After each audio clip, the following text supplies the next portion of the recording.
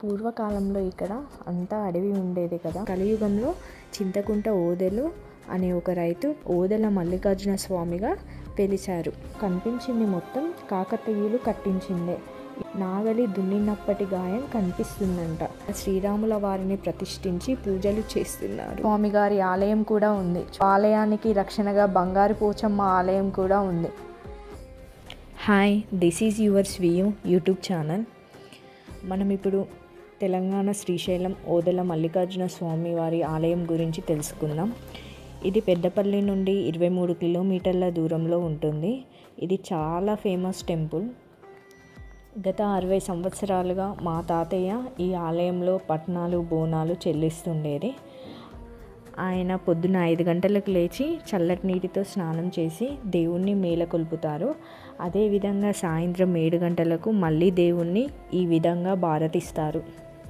వల్లన్న రాయల బోండ గణన గోపతి గణన వల్లన్న సాధు కరపోలు సవేసగన్నే వారన వల్ల పుని దేవసాన దేవుని మృతన జంగాని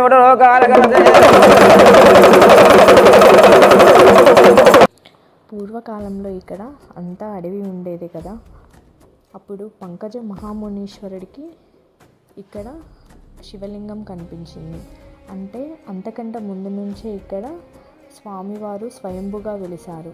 ఇక్కడ శివలింగం క్రీతాయుగం, త్రేతాయుగం, ద్వాపర యుగాలలో కూడా ఇక్కడే ఉందని పురాణాలలో రాసి ఉంది.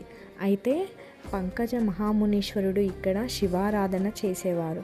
కానీ మెల్లమెల్లగా కలియుగం వచ్చేంత వరకు ఆ శివలింగంపై ఒక పుట్ట ఏర్పడిందట. అయితే కలియుగంలో చింతకుంట ఓదెలు అనే ఒక రైతు పొలం దున్నేటప్పుడు ఇక్కడ పుట్ట కనిపించిందట.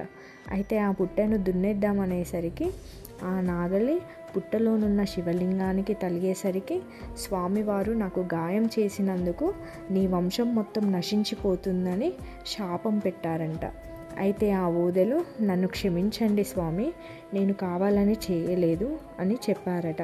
దాంతో స్వామివారు క్షమించి మోక్షం ప్రసాదించి ఇక్కడ ఓదెల మల్లికార్జున స్వామిగా వెలిశారు.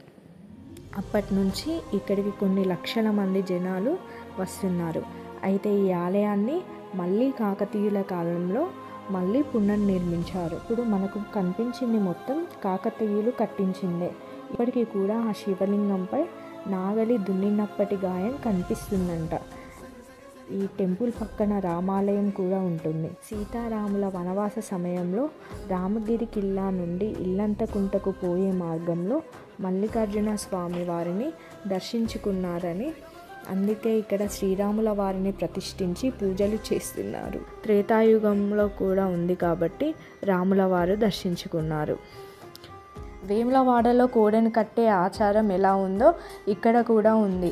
ఆలయంపై ఉన్న శిల్పకళను చూడండి, ఎంత అద్భుతంగా ఉందో. ఇవన్నీ కూడా కాకతీయులు కట్టించినవే. ఇక్కడ లోపల ఒక వీరభద్ర స్వామి గారి ఆలయం కూడా ఉంది చూడండి. ఈ టెంపుల్కి ముందు ఆలయానికి రక్షణగా బంగారు పోచమ్మ ఆలయం కూడా ఉంది. ఈ శైవ క్షేత్రం ఉగాది మొదలుకొని ఆషాఢ శుద్ధ పౌర్ణమి వరకు జాతర మహోత్సవాలు అత్యంత వైభవంగా జరుగుతాయి. జాతర మహోత్సవాలలో ప్రతి ఆది బుధవారాలలో భక్తులు చాలా లక్షల్లో దర్శనం చేసుకుంటారు. స్వామివారికి అభిషేకం, అమ్మవారికి కుంకుమర్చన, అన్నదానం మరియు మొక్కుబడిగా ఒగ్గు పూజారులలో పట్నాలు బోనాలు చెల్లించడం జరుగుతుంది. పలు రాష్ట్రాల నుంచి లక్షల మంది వస్తారు.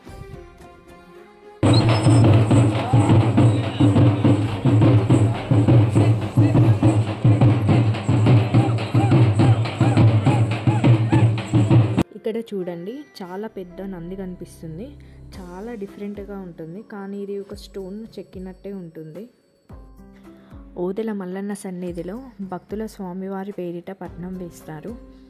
ఒగ్గు పూజారుల చేతిలో డమరుకాన్ని మ్రోగిస్తూ శృతిని తలుస్తుండగా స్వామివారికి భక్తులు మొక్కులు చెల్లించుకుంటారు.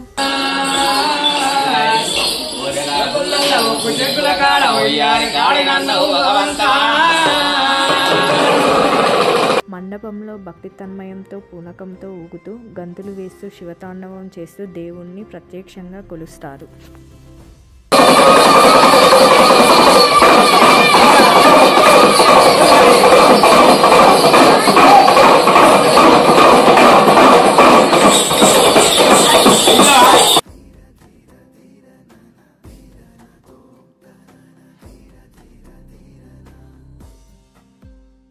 ఈ టెంపుల్కి కొంచెం దూరంలో పోచమ్మ తల్లి ఆలయం ఉంది.